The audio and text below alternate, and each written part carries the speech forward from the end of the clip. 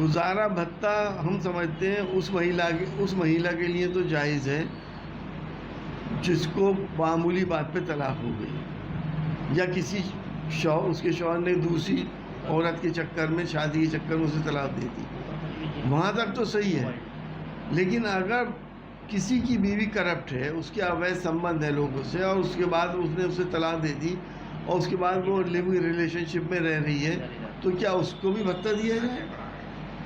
क्या वो औरत जो दूसरा निकाह कर ले, क्या उसको भी भत्ता दिया जाए?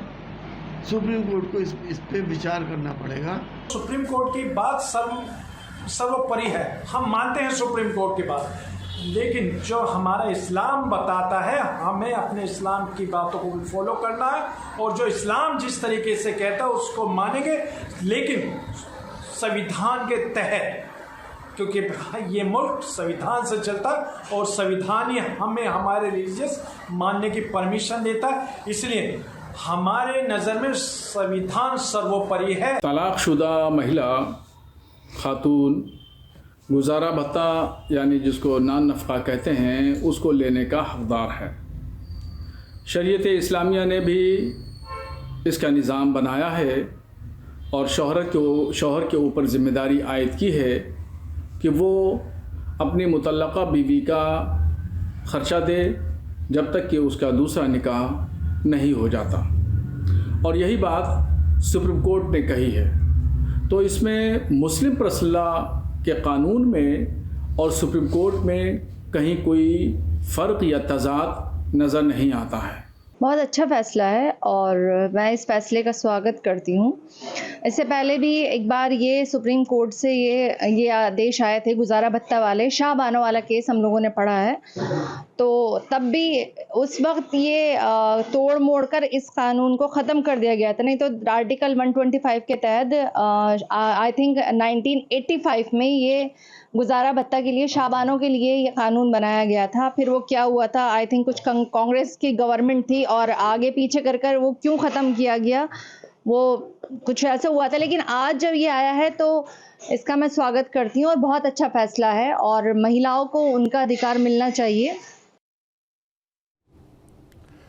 मेहमान जुड़े हैं चर्चा के लिए मेजर आशीष चतुर्वेदी जी, नेता समाजवादी पार्टी, नाजिया इलाही खान, वकील हाजी नाजिम खान, मुस्लिम स्कॉलर, और उससे पहले बड़े सवाल न्यूज़ स्टेट की, मुस्लिम महिलाओं के साथ कौन, कुछ सियासी दल क्यों मौन, सुप्रीम टिप्पणी का संदेश, सिर्फ पर्सनल लॉ नहीं विशेष, मुस्लिम महिलाओं को बड़ा अधिकार, कट्टरपंथियों की हार, सेकुलर लॉ देता है अधिकार, मुस्लिमों को होगा स्वीकार, फैसला छेड़ेगा नया सियासी रण, अब नहीं होगा मुस्लिम महिलाओं का शोषण। और सबसे पहले नाजिया इलाही जी, सवाल इस बात को लेकर है कि कहा जा रहा है कि इस्लाम में इस बात का प्रावधान है, पर्सनल लॉ भी यही कहता है जो सुप्रीम कोर्ट ने कहा।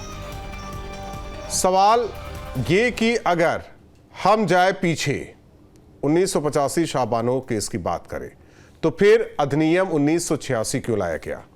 सवाल इस बात को लेकर है कि जो अभी तक, पता नहीं मैं सही हूं या नहीं, वो भी जरा करेक्ट कीजिए, कि जब तक इद्दत तब तक गुजारा भत्ता, उसके बाद कुछ नहीं। चर्चा के दौरान यह भी बात निकल के सामने आई कि वक्फ बोर्ड भी गुजारा भत्ता देता है, जरा दर्शकों को क्लियर कीजिए। जी, मैं खुद विडो हूं और मुझे कोई गुजारा भत्ता वक्फ बोर्ड ने नहीं दिया।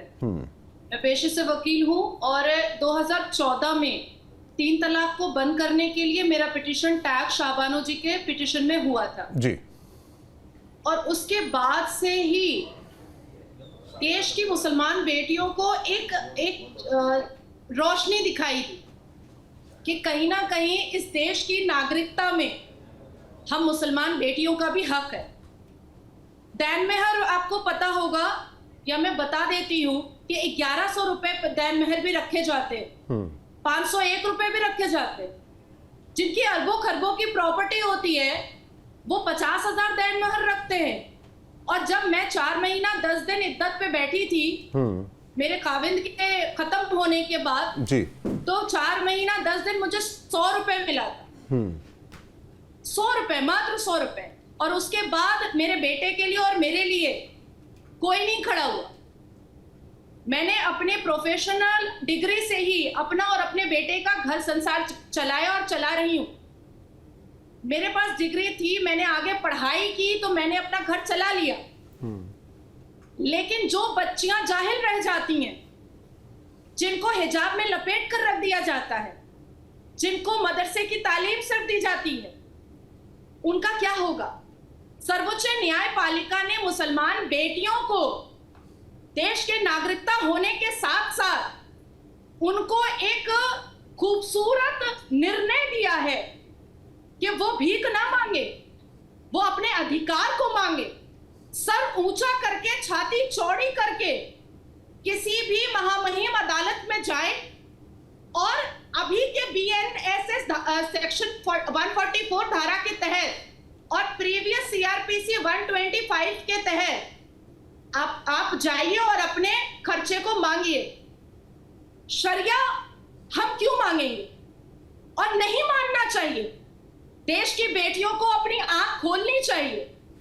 1937 का जिन्ना और अंग्रेजों का बनाया हुआ शरिया लॉ हम कैसे मान सकते हैं? नाजिया जी इसको देखिए, हम समझने बैठे हुए हैं, तो इसको ये समझा दीजिए कि 85 शाबानो केस ठीक है, 86 अधिनियम, इतने साल लग गए कि अब CRPC की धारा 125 के तहत गुजारा भत्ते का प्रावधान बनता है मुस्लिम महिलाओं के लिए। या तो हमसे छिपाया गया या हमें जानकारी नहीं थी। आखिर है क्या? या सरकार वो नहीं है जो पहले दबाव में आ गई, अधिनियम 1986 बनाया गया, अब फैसले का स्वागत हो रहा है, सब एक ही सुर में बोल रहे हैं, फिर भी बीच बीच में लेकिन लगा दिया जा रहा। जी, आपको मेरी आवाज आ रही है? देखिए, जिस हिसाब से हर रोज हम लोग लोकतंत्र के मंदिर में असदुद्दीन अवैसी साहब को सुनते हैं, age of puberty is age of marriage, मुसलमान बेटियों को बच्चा पैदा करने की मशीन बनाए। हलाला में आपको पता है 2 बार इद्दत में बैठना पड़ता है। एक जब शौहर तलाक देता है और दूसरा जिससे हलाला कराया जाता है वो जब तलाक देता है। तो ये सारी चीजें, सारी कुप्रथाओं को अब खत्म करके हम गुजारा भत्ता जो मिला है, मुझे ऐसा लगता है 3 तलाक बैन करने से भी ज्यादा बड़ा ऐतिहासिक फैसला हुआ है कि बेटियां अब रोएंगी नहीं, या किसी के घर में जाकर के बर्तन मांजने का या झाड़ू और पोछा करने का उनको नौबत नहीं आएगा। वो अपने बच्चे जो तलाक के बाद शौहर अपने बच्चों को भी छोड़ देता है, पलटकर नहीं देखता है, तो लड़की के साथ साथ 2 बच्चों की जिंदगी भी बर्बाद हो जाती है, या 4 बच्चों की जिंदगी भी बर्बाद हो जाती है। DV एक्ट आया था जिसमें 125 जुड़ा हुआ था 2005 में, लेकिन वो प्रावधान जब भी मुसलमान बेटियां निभाना चाहती थी या कोर्ट चाहना चाहती थी, बस वैसे ही शरिया के जितने भी मुस्लिम क्लेरिक और प्रीचर हैं, वो उनके घर पहुंच जाते थे और कहते थे कि शरिया के हिसाब से आपका फैसला पंचायत करेगी। नहीं, शरिया नहीं, इसे पर्सनल लॉ कह सकते हैं, जो जिसके आड़ में चीजें होती रही। नहीं, लेकिन कभी भी पर्सनल लॉ बोर्ड के बारे में बात नहीं कही गई है। पंचायत वाले आकर के यही कहते हैं कि शरिया पे बात होगी और शरिया के हिसाब से फैसला होगा। जब हमारे देश में सर्वोच्च न्यायपालिका है, तो हम किसी शरिया कानून को क्यों मानें? हाजिर साहब, फैसले का तो स्वागत सब कोई कर रहा है, जब उसमें लेकिन लगा दिया जाता है तो सवाल उठता है। फैसले का स्वागत तो आप भी कर रहे हैं। देखिए, संवैधानिक लोग हैं, हम संविधान को मानने वाले हैं, और देखिए हमेशा हमने अपने देश का जो संविधान है उसको हमेशा सर्वोपरि माना है। लेकिन जिस तरीके से अभी बार बार शरिया की बातें चली जा रही है, बार बार शरिया का नाम लिया जा रहा है, तो मैं एक बात क्लियर करना चाहता हूँ, तो ये देश तो संविधान से चलेगा, लेकिन संविधान के अंदर आर्टिकल 25 हमारे रिलीजियस को हमें मानने की पूरी परमिशन देता है, और हमें अपने रिलीजियस को किस तरीके से मानना है इसकी पूरी परमिशन संविधान हमें देता है।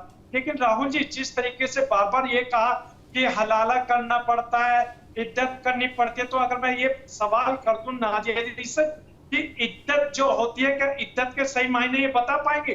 तो शायद मुझे लगता है कि नहीं बता पाएंगे। लेकिन नहीं, आप ही बता दीजिए, ठीक है। मैं कहता हूं आप ही बता दीजिए, मैं भी समझ लूं, दर्शक भी समझ ले और यहां बैठे मेहमान समझ ले।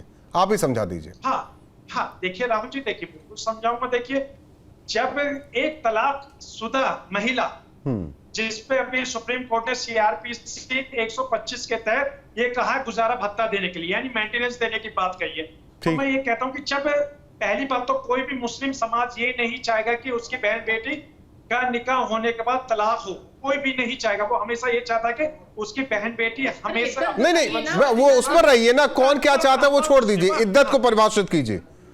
इद्दत बताइए। मैं वही बात कर रहा हूँ, सुन तो, हाँ, इद्दत बताता हूँ। हर आदमी ये चाहता है कि उसकी बहन बेटी लाइफ। अरे भाई, इद्दत बताइए। एक मिनट नाज़िर, एक मिनट। हाजी साहब, पॉइंट टू पॉइंट। हाँ, देखिए, अब जब इद्दत की बात आती है, जैसे अभी इन्होंने कहा कि विडो, तो मुझे बड़ा दुख हुआ सुनकर। उनको छोड़ देते हैं, उदाहरण छोड़ दीजिए, नाजिया जी का उदाहरण छोड़ दीजिए। एक मुस्लिम महिला है, तलाक हो गया, फिर उसी शौहर से निकाह नामा उसका फिर पढ़ा जाना है।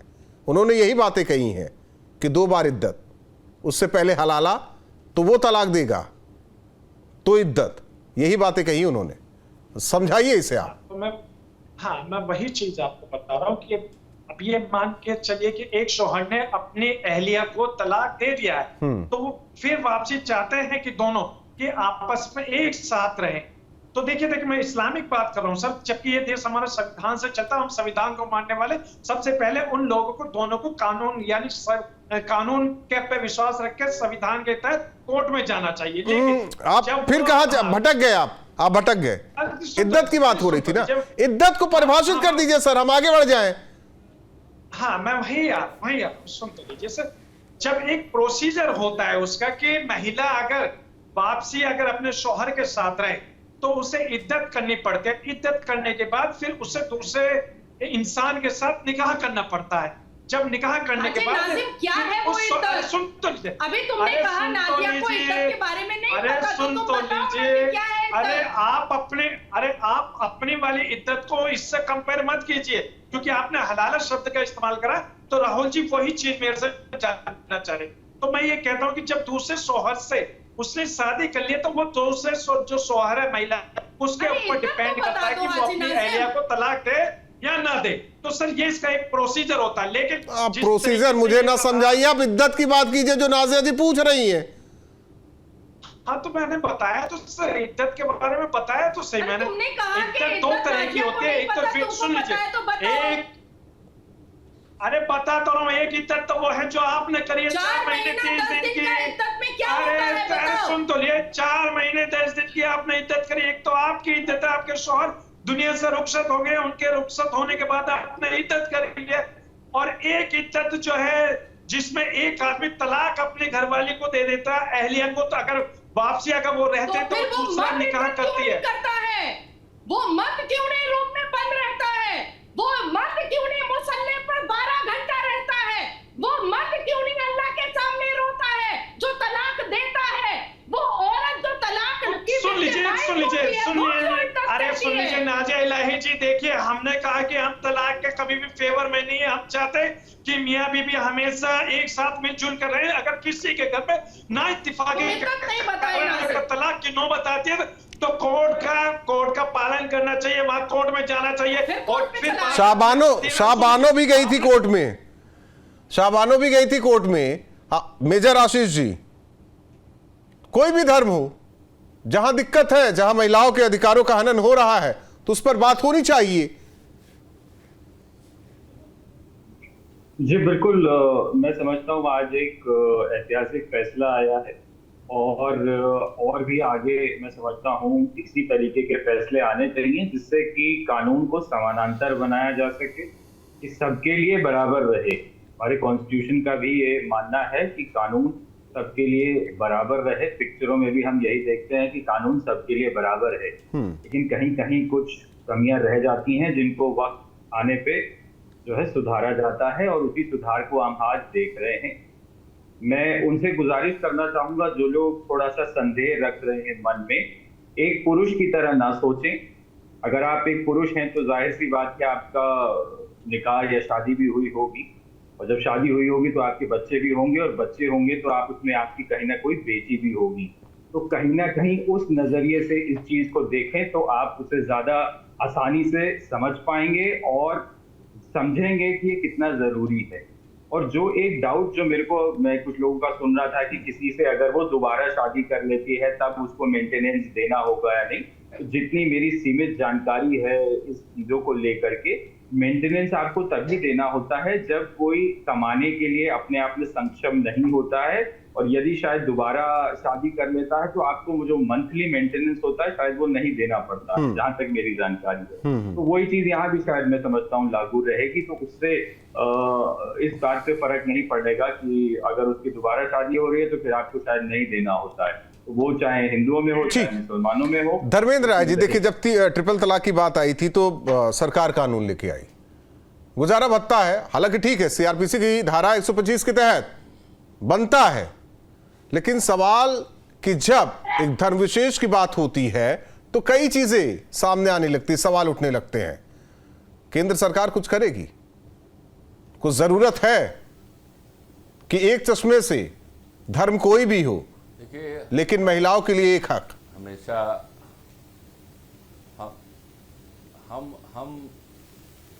हम हमारी सरकार, केंद्र की सरकार, हमारी प्रदेश सरकार हमेशा महिलाओं की इज्जत के लिए चिंतित रही है। और जो जब 3 तलाक कानून आया था तो पूरे देश में एक सकारात्मक संदेश गया था। एक जमाने से जो कुरीतियां चली आ रही थी, किस तरह से महिला समूह ने, महिला वर्ग ने बहुत खुशियां मनाई थी।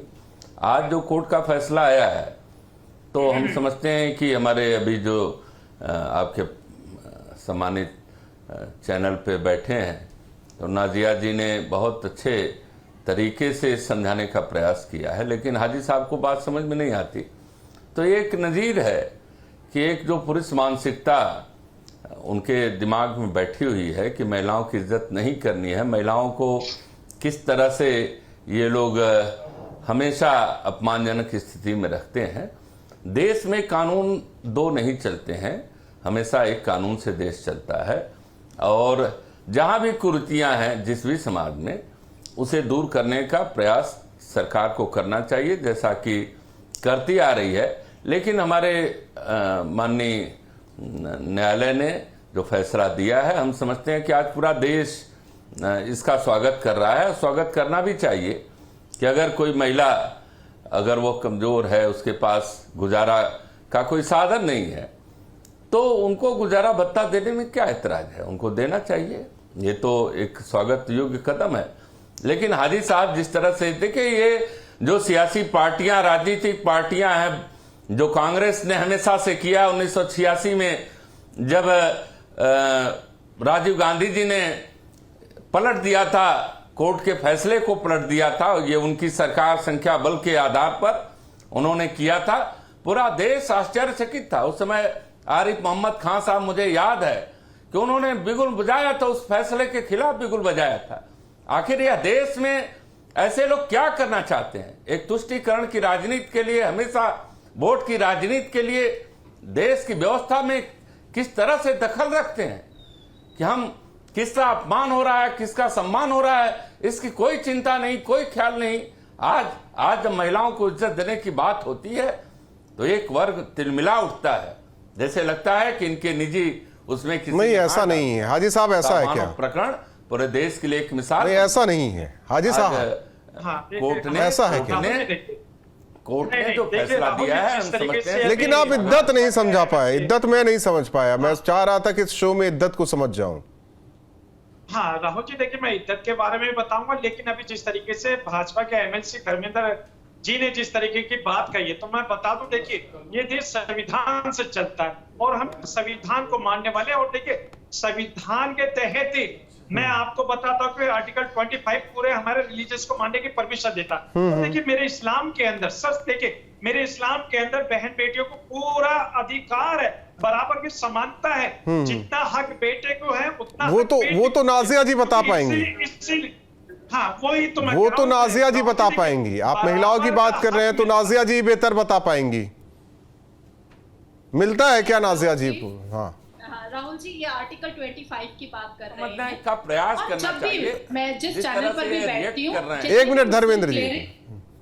जितने भी मुस्लिम क्लेरिक और प्रेचर हैं और इस्लाम समाज के धर्मगुरु हैं, वो आर्टिकल 20, आर्टिकल 25, आर्टिकल 19 का गाना गाते हैं, लेकिन आर्टिकल 44 की बात जैसे ही आती है कॉमन सिविल लॉ की, देखिए लुंगी डांस स्टार्ट हो जाएगा, तुरंत स्टार्ट हो जाएगा। नहीं मानेंगे यूनिफॉर्म सिविल कोड, उसी संविधान का है। अब आती है बात सक्सेशन। इन्होंने जब उठा दिया है तो मैं बोल दे रही हूँ हाजी साहब, अगर वाकई में मुसलमान बेटियों को बाप की प्रॉपर्टी में बराबर का हिस्सा मिलता तो मुसलमान बेटियां सर्वोच्च न्यायपालिका क्यों जाती? अगर वाकई में मुसलमान बेटियों के मुंह पर तलाक नहीं मारा जाता तो क्यों साशा बानो और सायरा बानो जाती? अगर वाकई में मुसलमान बेटियों को नाजिया जी देखिए, मैं काउंटर करूंगा आपकी हर एक बात को, जिस तरीके से भी आपने आप आराम से समय ले लीजिएगा, मेरी बात कंप्लीट होने दीजिए, मेरी बात कंप्लीट होने दीजिए। नहीं, आपने कहा था ना हाजी साहब की हक हुकूक मिलता है, वही मैं समझ रहा हूं, बस काउंटर वाली बात ही नहीं है। हाँ, मैं एक बेटा हूं और मेरी 3 बहनें हैं। बेटा को 50 रुपया मिल जाएगा और 3 बहनों को उस 50 रुपए में बांटा जाएगा और उसी 50 रुपए में मेरी माँ का भी हक होगा। ये है इस्लामिक कानून। अब आप सोचिए कि कितनी पार्शियलिटी है हमारे साथ। और कहते क्या है कि पति के शौहर के पास आपको पैसा मिलता है, बेटा पैसा देता है, इसीलिए पिता की प्रॉपर्टी में आपका हिस्सा 25 पैसा ही होगा। ये है पार्शियलिटी। अब आती है बात कि जो लोग आज लोकतंत्र के मंदिर में संविधान लहरा रहे हैं और जो राहुल गांधी जी आज संविधान का हवाला दे रहे हैं, उन्हीं के पिता ने मात्र 120 गुजारा भत्ता पर ऑर्डर को फाड़ करके फेंक दिया था कचड़े के अधिनियम बना दिया। 2 डेकेड पहले हमें ये मिल जाता। 2 डेकेड तक हमें तड़पना, कल्पना, आंसू नहीं न बात तो सही है, 85 में मिल जाती सारी चीजें। बहुत वक्त नहीं है नाज़िया जी, क्योंकि चर्चा लंबी खिंच सकती है, वक्त नहीं। बहुत बहुत धन्यवाद आप सभी मेहमानों का हमारे साथ जुड़ने के लिए।